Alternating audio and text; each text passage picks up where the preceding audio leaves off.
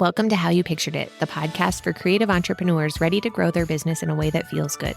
Here you'll find actionable tips and tools to create the business and life you pictured. I'm your host, Kate Hyde with Dear Kate Brand Strategy.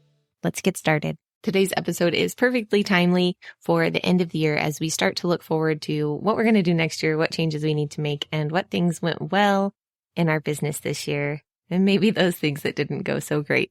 Today, I'm talking with Liz Wolfe of Liz Wolfe Coaching, and we're talking about procrastination. This conversation was so good. I loved hearing all of her tips and ideas around this. We talked about why you procrastinate, ways to get out of that, and how to procrastinate well. All right, I am here today with Liz Wolfe of Liz Wolfe Coaching. I'm so excited to talk to you today, Liz. Can you go ahead and give just a brief introduction to who you are and what you do? Yes, thank you, Kate, for having me on. My name is Liz Wolfe, and I live in New York City, and I'm a business coach for entrepreneurs. And what I do is I help especially starting out entrepreneurs, so newer entrepreneurs, launch and grow an abundant business. And you started in a different career, correct? Well, let's see. How many careers back do you want me to go?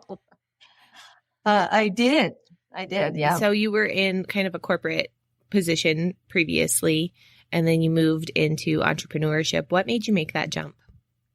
Well, the back story is that I grew up on a sheep farm in Western Pennsylvania, and we were very entrepreneurial. We had a cottage industry essentially selling wool products. And that's a very short story to a very long story. That's a short summary of a very long story. And I was actually a photography major in college. So I left thinking, I'm going to be an artist. And then I decided, no, I like music. So then I came to New York City to do music. And then I got into the computer world. This was in the late 80s, early 90s, when people don't realize this as much now, but things like learning Excel or using the CRM system were very, very impactful. Like, it was scary to people, even just using the internet. So I had an illustrious career for 20 years, really coaching people in the technology world. So I had a couple of very big clients who needed me to teach them how to use technology. And then, so actually I had my own business, but it was all corporate clients. Okay. It's very corporate in nature. So I spent a lot of time in corporate meetings, just like lots of people I'm sure that are listening to this. And I just decided, technology, it's matured, and I just don't have the same passion for it as I used to. But what I was always passionate about and am very passionate about now is helping people with their mindset around how to be successful and abundant, especially as this is especially applicable to entrepreneurs because we're constantly being challenged by thoughts of inadequacy around how we're going to make ourselves be successful and live the life we love. So I broke free of that tech world and focused all my energy on being the best coach I could be. I love that. And it sounds like you really had an entrepreneurial start. Like, you've been part of that entrepreneurial world from an early age. That's really cool. Yes. How have you adapted and built your business to fit the life that you want? Well, even when I was young, I was growing up on the farm. My mother worked very, very hard. By the way, it was my mother's idea to have this farm, not my father's. We worked. She was a very hard worker and also a very talented fiber artist. In other words, she was very creative, artsy, right? So you have to know that I had a very strong role model from a woman who was basically, at that time, you were a housewife when you had children in the late 50s, early 60s. So I always knew that I wanted to be available to my children should I have them. I do not like when somebody tells me I can go on vacation or go to my kids', fifth grade play or something like that. And just the idea of wanting to, I own a townhouse in New York City. So we have both our office here. We bought a house that could accommodate our office. I work with my husband, so he's part of this too. and we live and work here. So I have zero commute. And I just liked the idea that I could leave my house at 3:00 to walk down the hill to pick up my daughter from the bus, walk back up the hill and be here and have freedom. I think that more than money, people really want freedom. I think that's money. People think money will bring them freedom, but really what they want is freedom. Yeah. If they could do it without money, they do it more. What was the shift from that more corporate coaching to this entrepreneurial world? Do you feel like that has helped get you closer to that ideal of freedom? Yes, because even when you have large clients like what I had one of my biggest clients was A&E Television, and I worked with them for very long. Like I was their training manager. I was essentially had a full-time job while having a full-time job of having my own business. And it's really it feels like more about choices. Like when I had my first baby, I did not take 3. You would think, oh, Liz, you have your own business. You could take 3 months. No, I got back as fast as I could. And I did that because I was afraid of losing that position. I didn't know how much they could tolerate of me being away. And I wanted to keep them as a client. By the time I had my second child, which was like 3 or 4 years later, I was like, I don't care about that as much. And now, I literally never have to answer to anyone except maybe my husband a little bit about where I'm going or what I'm doing. I design the whole thing. I love that. That's awesome. Well, today we're going to talk specifically about procrastination. You've written a really great article about it. How do you see procrastination showing up for entrepreneurs? Well, the biggest reason I'm just going to answer the question everybody has, which is, why am I procrastinating? And the biggest reason people procrastinate is resistance. And the biggest lie we can tell ourselves is that there's something wrong with us. And we think, oh, I'm not disciplined enough. I don't have good time management skills. I'm lazy. That's a very common one. I know very few entrepreneurs that are lazy. That's just not our style. We're not lazy. But we don't understand when we have this feeling of being stuck, like, well, why aren't I getting it to? Why am I leaving it to the last minute? And what we do is we tell ourselves stories like, I'm just not disciplined enough.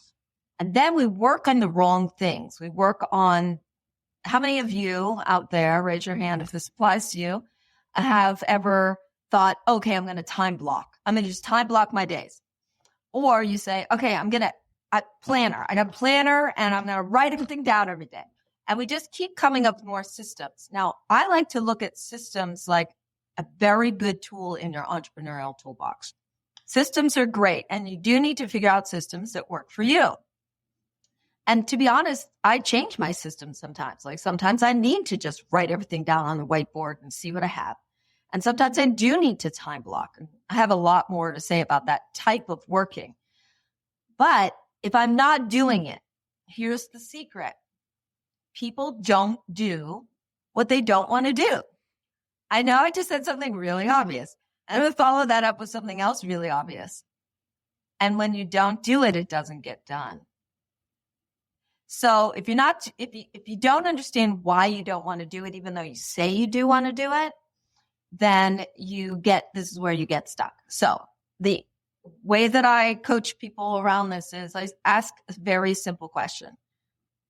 What is it that you are resisting?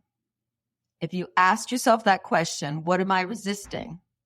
Then typically you get a lot closer to the feelings like, well, I'm afraid that if I run a webinar that no one's going to show up. And I'm resisting feeling like a failure. Or it's hard and the big reason we don't do things is we don't understand. We don't know how to do stuff. Learning curves, technology, right? This is all the stuff. So if you can ask yourself, rather than berating yourself for not being better at what you're doing and managing your times and your systems, if you could ask yourself, what am I resisting? It will reveal to you where you should put your focus. So when you figure out what it is that is causing you that resistance, how do you go about correcting it, or what changes do you make to get past that procrastination? Well, I have my customer journey with my clients when I work with my one-on-one is 3 parts. The first one is vision. You always have to know what you want. If you don't know what you want, that's like getting in the car and just starting to drive, right? We always put out a little GPS system. The second thing is once you know what your vision is, you can have strategic action that can take you closer. Now, a lot of people will stop there and they'll say, okay, I'm in action now. And so I should be getting results, right? And the results are great, but the real value of getting into action is specifically so that you can uncover what those resistances are. So we're not really talking about the whole first 2 parts in this conversation, but if you do know what you want, a thriving business that's making 6 figures a year and allows for time and money freedom, let's just say, pretty generic one that'll fit everyone. Then you say, well, I know what I need to do. I've never met an entrepreneur when I said, because they think they're coming to me to help them to figure out what to do. So this is what I do. I'll say, all right, so, so tell me what would your first actions be? Everybody knows I really got to work on my website or I got to do that. Okay, now we get to why aren't you working on those things yet? And that's what I call the hidden barriers, where once you get into action, have you ever noticed that how you imagine something is and the reality of how it turns out is often a lot different, right? Yeah. So in my fantasy, in my imagination, I'm making so many sales calls a day, or I'm working on that blog post, or I'm talking on a TED stage or whatever it is. But when I start to do it, I have a lot more challenges that come up. And those are what I call the hidden barriers. 90% of those are mindset issues. Talking yourself out of it, listening to your non-supporters tell you why it's not going to work. Any fears that are going to come up for you around what it's going to mean as a reflection of you as a failure or a success. All of those old misconceptions about what it means to ask for money, all of those things are going to start to come up. So getting into action, but then it's not, they say it's insanity is doing the same thing over and over again and not getting, same result. But there's more to it in that you're going to get the same result unless you take some time to examine what those fears are that are coming up. Yeah. Yeah. And so that's really that first step to like overcoming the overwhelm that's kind of getting you into that procrastination phase. Can you tell me about a time that maybe you've helped someone through this?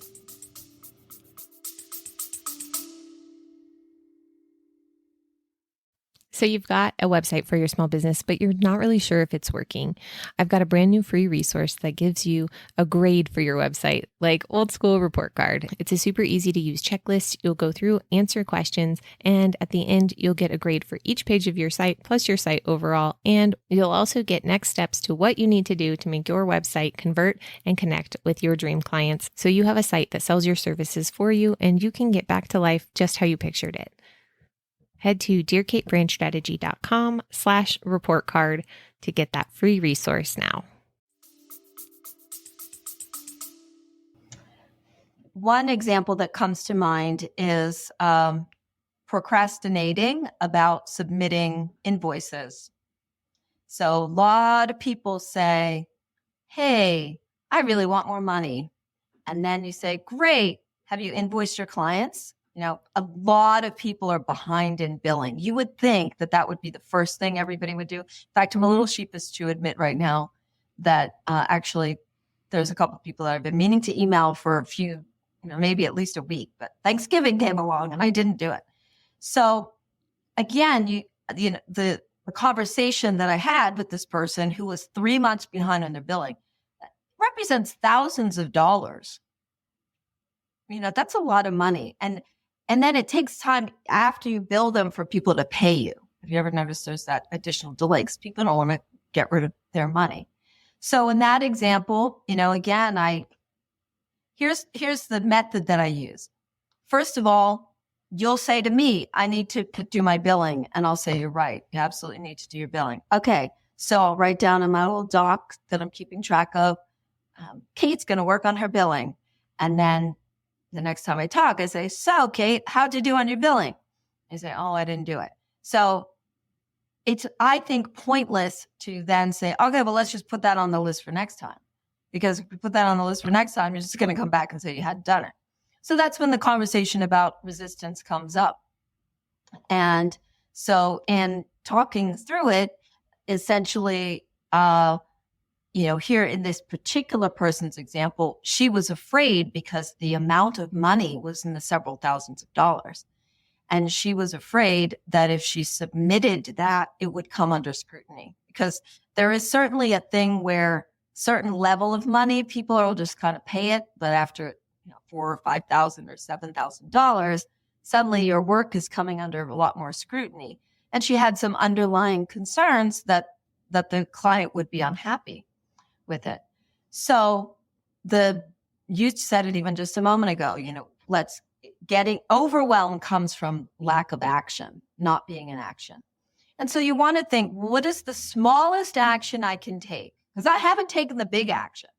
So what's the smallest action I can take that will get, it's like striking the match or pressing on the gas. It's like gets it started, gets that freight train moving.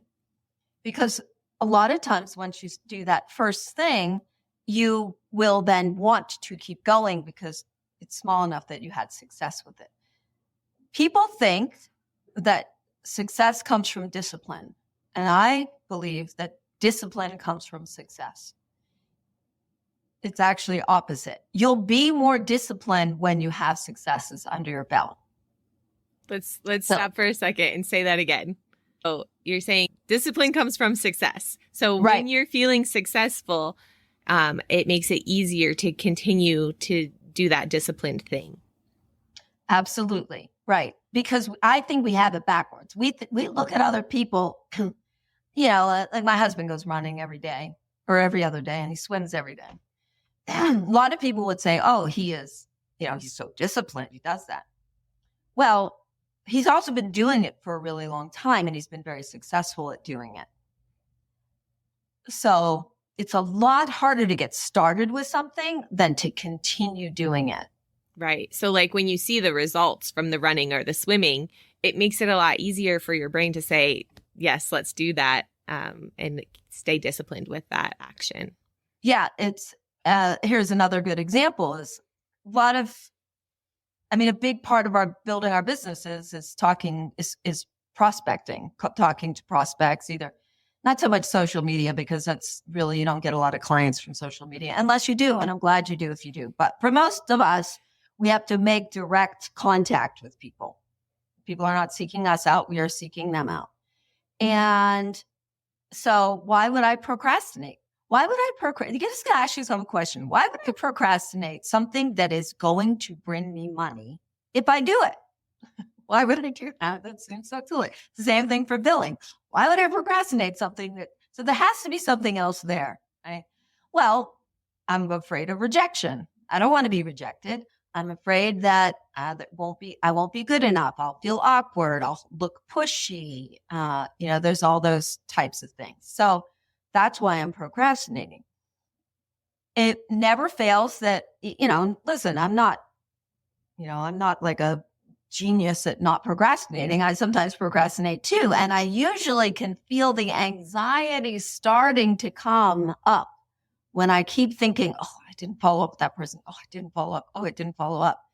So I can't tell you how many times I've just been like, I'm just going to follow up. And I pick up literally the phone. I know we don't do that anymore. I pick up the phone and I call them and then they're very receptive and happy to talk to me. Now I want to make more calls, right? Because I just talked to them. Well, who else can I call? And so you get on a roll with it and then you will feel much more inclined. It's more about motivation than discipline. Okay.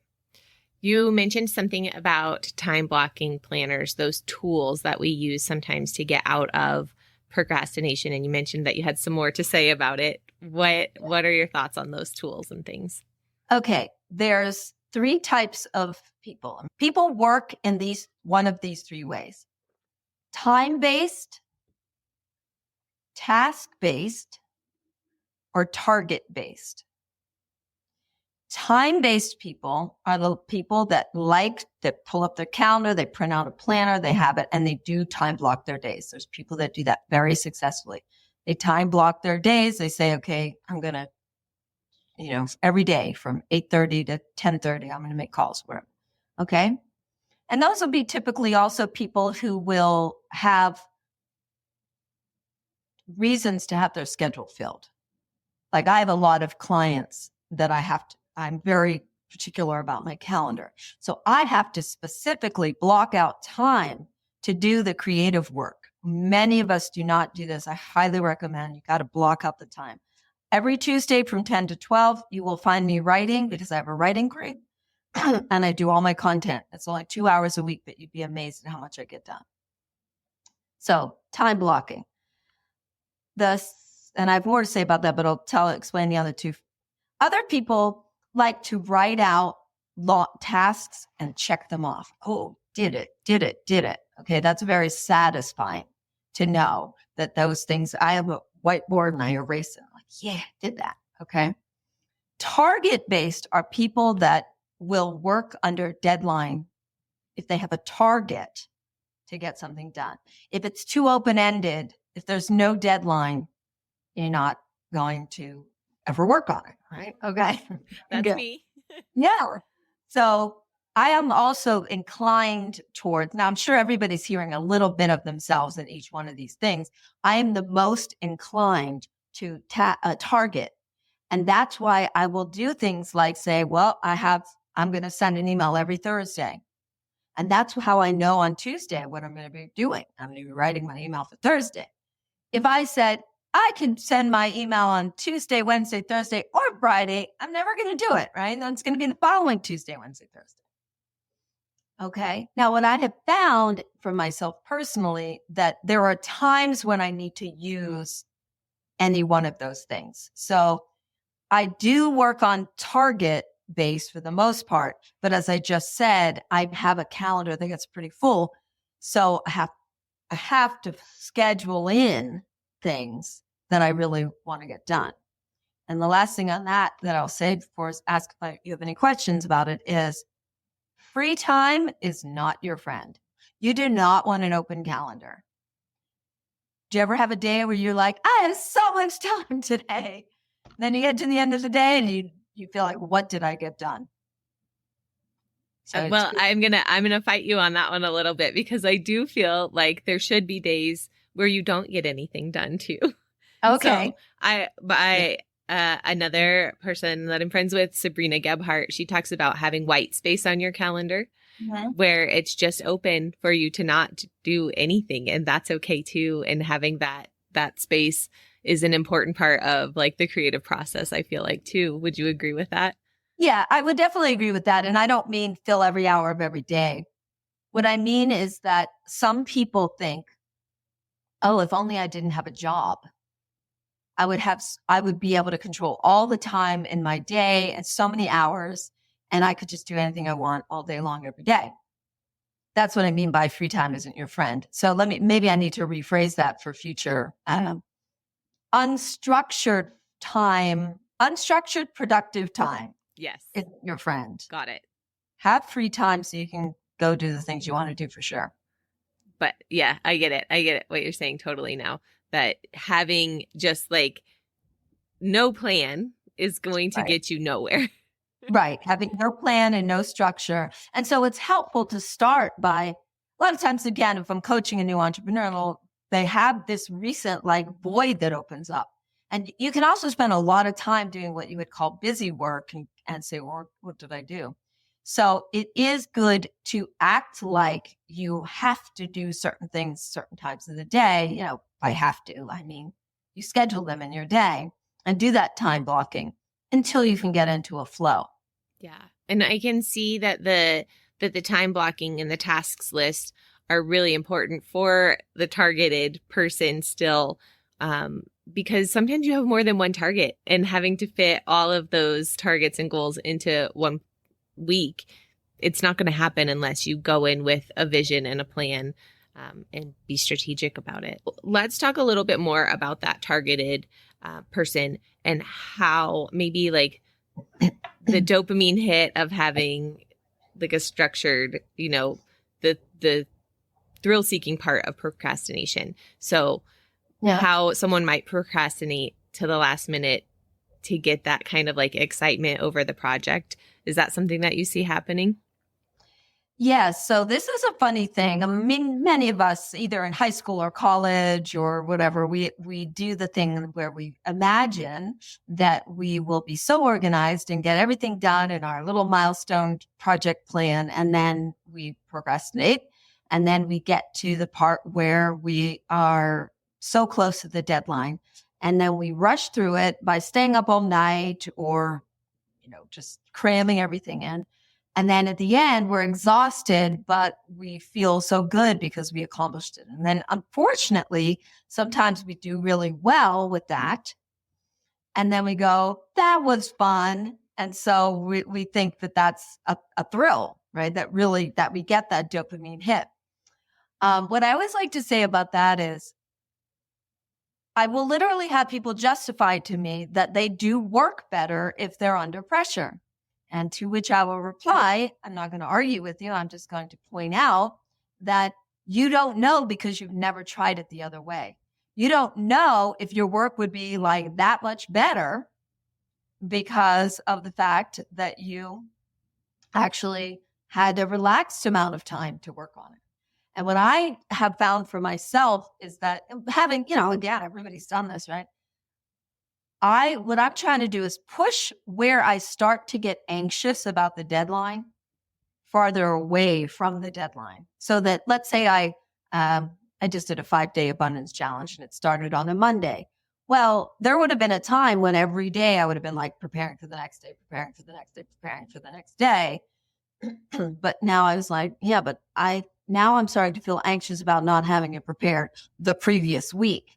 Still the same anxiety, still feel the same pressure, but I have it longer. So I feel so much more relaxed when I'm actually going through the process of doing it because I have the time to do it the right way.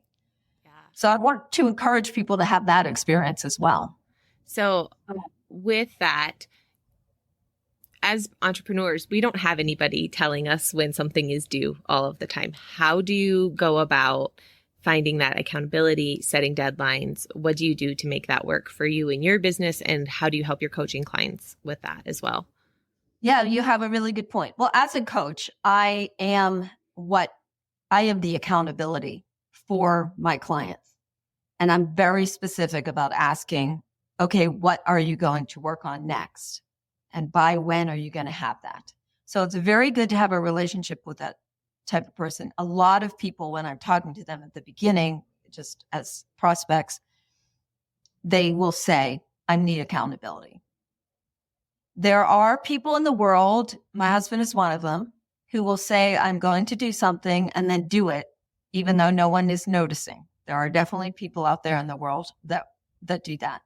Other people are more of what they would call an obliger, which is somebody who needs to be obliged to someone in order to be accountable. So that's who I am for my clients, and it's very effective. People will come and they'll be like, oh, it's been a couple months. I don't feel like I'm making progress. And then gradually they start to make more progress because I'm going to ask you every single time. I'm never not going to ask you whether you did whatever you said you were going to do. So that's for other people. As far as myself, I have an accountability buddy. That's another way to do it, is get what we call an accountability buddy. And so someone else to be accountable for. Of course, they have to also be accountable to you so that you feel like it can't be a thing where they say, oh, I didn't do mine. And now you're going, well, why didn't you, if you didn't do yours, why do I have to do mine? So it has to be that empowered relationship. But again, I would say the most powerful motivator for me is success. And the method that I use is I will schedule myself. I have a little team, so I'll let everybody, it's public. I let everybody know I'm going to do this. And now I'm a little embarrassed if I don't do it. So I do it.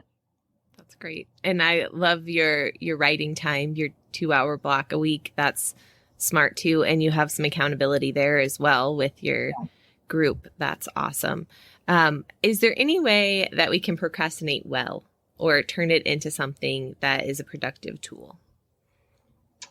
Yes. Well, there's a lot of times when you shouldn't be doing the thing you think you're procrastinating about anyway, where what we would call productive procrastination.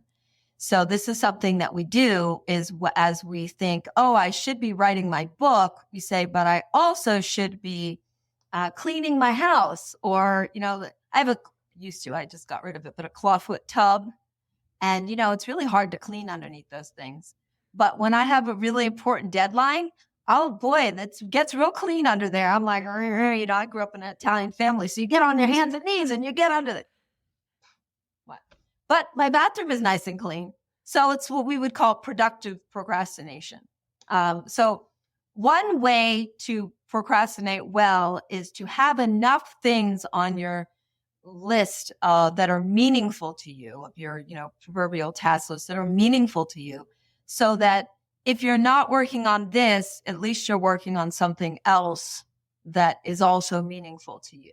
And if you are going to do that, I highly recommend you pick things that are annoying you or that you're tolerating, even if they're little things. Cleaning up your desk, finally putting away your suitcase that you have had out since you came back. So that type of thing. But there's a really, really good book called Procrastinate on Purpose that I recommend. One of the things he says is you can delegate. There's a lot of eights. There's delegate. There's other eights. But one of the ones I liked was eliminate. Maybe I don't really need to be doing this, or maybe I can give it to somebody else to do. This goes right back to what we talked about in the beginning, which is, what are you resisting about it? Well, it could be a task you just don't like doing. So many people tell me they do not like posting on social media, as an example. So either don't do it or perhaps delegate to someone else. Yeah, I was having that conversation with someone yesterday that I just don't enjoy Instagram. That's not something I want to do. And we talked about it. And it's like, well, are your clients coming from Instagram?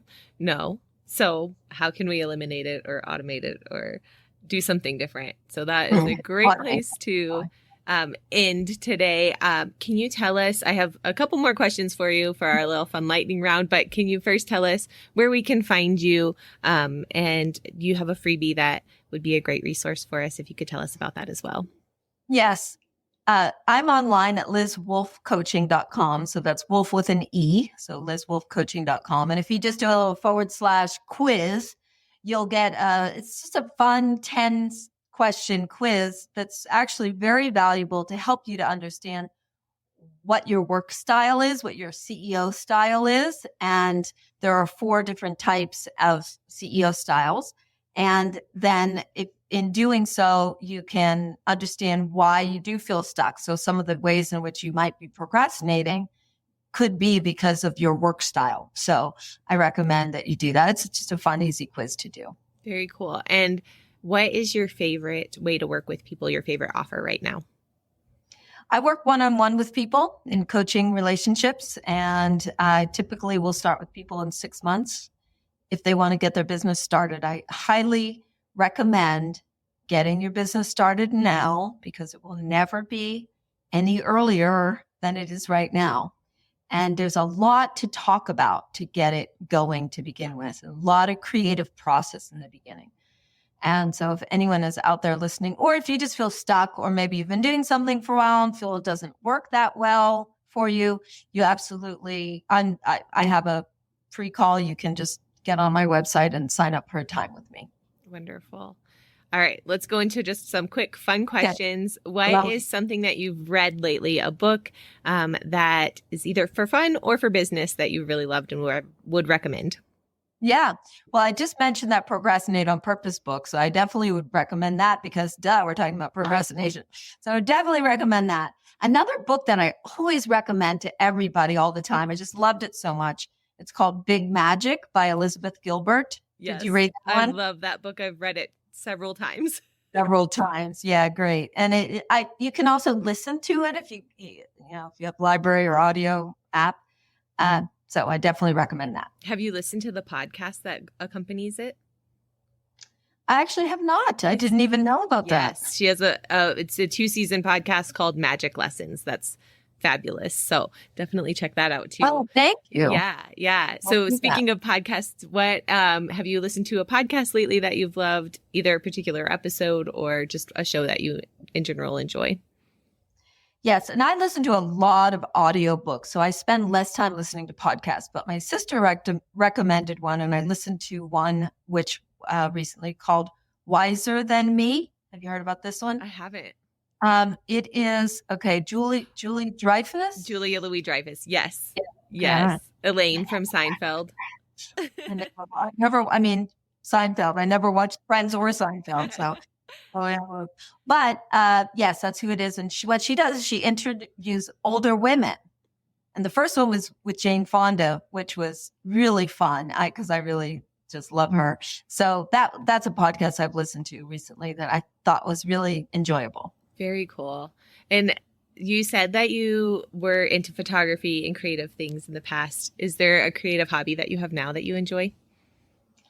Oh, you got to be careful about asking me about that. So I play bluegrass music and I organize and lead jams a lot. And that's so cool. Way more than my husband wants me to. And I just had one here in my house last night. So much fun. I mean, again, if I knew 20 years ago how easy it was, let's say, to play the guitar. Now I'm playing the bass. Last night, someone was flicking away on their mandolin. I don't play the mandolin. I was like, this isn't that hard. Where do we get the ideas that these things are so hard? It's not that hard. You can learn it. I love it. Is there anything, last question, anything that's been sparking your curiosity lately that you're just excited to learn? Well, I guess I would follow that to say that I'm learning how to play the bass. Who knew? I didn't even know I wanted to learn how to play the bass. And that's a lot of fun. And I've been picking it up. But I always like to say that to my clients, I read the books. I do those $10,000 programs. I make the mistakes. I do all of that so you don't have to. Wouldn't you rather I spend the money on that and read the books so that I can just distill it down and give you that information? So I love that. I'm a constant learner too. So that's why I always ask that question about what's sparking your interest and curiosity and what you're learning, because there's so much to learn and enjoy in the world. So much. Yeah. Wonderful. Well, thank you so much, Liz. It was great talking with you. I loved our conversation. Yes. Thank you, Kate. Really fabulous. Thank you so much for joining me for this episode of How You Pictured It. I hope you enjoyed this conversation with Liz as much as I did. One of my biggest takeaways was sitting through and thinking about why I'm procrastinating on some of the things that I do procrastinate on often, and also looking at those different types of goals, the task, the time, and the targeted goals that Liz discussed in this episode. I'd love to hear what your biggest takeaway was. Shoot me a DM over on Instagram at Dear Kate Brand Strategy and let me know what you thought. If you're enjoying the How You Pictured It podcast, I'd love for you to leave a review on whatever podcast player you're listening in. It helps others to find the show and lets me know what you want to hear more of. Can't wait to talk to you again next week. Have a good one.